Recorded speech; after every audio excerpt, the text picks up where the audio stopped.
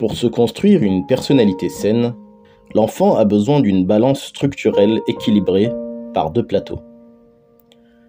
Le premier plateau est celui de la puissance, El Jalel, qui porte la loi incarnée par l'autorité bienveillante du Père. Ce dernier fixe les limites et permet la séparation symbolique d'avec le cordon ou le sein de la mère. Par la loi, il le sort de l'imaginaire infantile pour l'intégrer dans la réalité du monde. Il lui fait prendre conscience des limites de son moi. La loi pourra se manifester à certains moments par la punition sage et adaptée lorsqu'il y a débordement. Ainsi, l'enfant sera organisé psychiquement et protégé des nuisances de ses pulsions. Il aura de solides défenses psychologiques. Par la loi symbolique du Père, il pourra s'ancrer et se fortifier afin d'affronter les événements difficiles de la vie d'adulte. La loi ne s'incarne pas seulement par la parole, mais surtout par la présence et le comportement du Père, car chez l'enfant au début, tout passe par le regard et l'imitation. L'autre plateau est celui de la beauté, El Jamal, qui porte l'amour incarné par la libéralité de la mère. Cette dernière, par son indulgence, permet à l'enfant d'être nourri affectivement et de recevoir la douceur et la compassion qui développera son cerveau.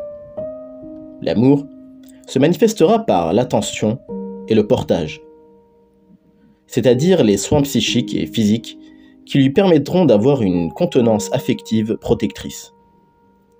Cela pourra se faire par le réconfort ou à certains moments par la récompense pour ne pas lui faire perdre espoir dans la loi du Père. La mère permet le repos de l'âme et l'apaisement intérieur contre les angoisses existentielles. Elle rassure et raconte les histoires à son enfant, car c'est à travers sa voix que passe l'imaginaire et la beauté du monde. La présence maternelle est nécessaire pour nourrir les ambitions futures de l'enfant, pour lui permettre de jouer et de rêver. La mère transmet l'empathie et transforme les émotions que son enfant ne comprend pas en pensées et en images positives. Il faut bien sûr remarquer que la mère peut à certains moments incarner le rôle de l'autorité paternelle pour rappeler à son enfant son alliance avec le Père. C'est-à-dire que le Père fait aussi partie de son monde à elle ou de son paysage. Et cela afin qu'il n'y ait pas de dissonance dans l'esprit de l'enfant et qu'il ne soit pas victime d'un clivage psychique.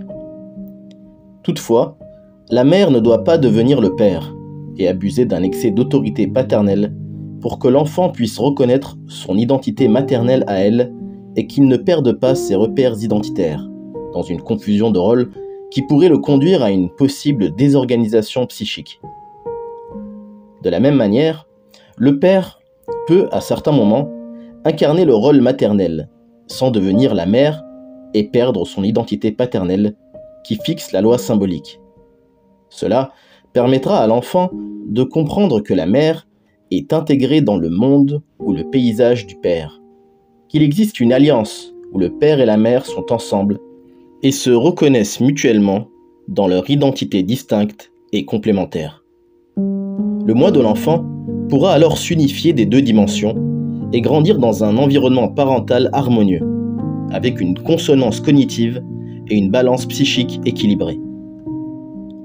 À partir de ce qui vient d'être dit, nous pouvons désormais comprendre ce qui pourrait se passer dans la santé psychologique de l'enfant si un des deux parents, le père ou la mère, autrement dit la loi ou l'amour, serait défaillant ou venait à manquer, que ce soit symboliquement ou réellement.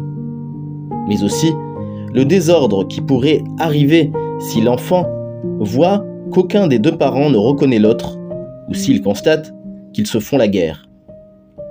Il existe hélas des sujets qui ont développé des pathologies telles que la schizophrénie ou la bipolarité parce qu'ils ont vécu ce schéma de vie dans leur enfance. L'enfant est une corde entre le père et la mère, et les deux doivent tirer la corde dans un juste milieu suffisant pour qu'elle reste droite. Si cette corde, qui symbolise l'enfant, est tirée trop fort, des deux côtés, elle risque de se rompre. A l'inverse, si la corde n'est pas maintenue suffisamment par les deux parties, elle risque alors de s'effondrer.